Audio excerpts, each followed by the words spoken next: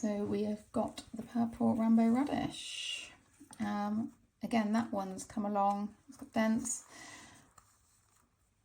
And these ones obviously have grown over to light, so I'll be moving them around the other way. There's a few in there that it's not a problem. It's just been hidden a bit from the light. So again, they still got the root fur, it's not mould, that's fine. Just put them back in the light. They take a little bit longer than a China rose. I said the China rose is the quickest, and in summer, I mean, you can be ready in 6 days. So I'm filming this during the cooler months, so they are taking a little bit longer, but it's still super, super quick. And once you're replanting the next batch, it'll be on a continuous rotation. That's how our greens for a year works. So you're not harvesting and then having no greens. You've always got a constant supply. So that is day 8.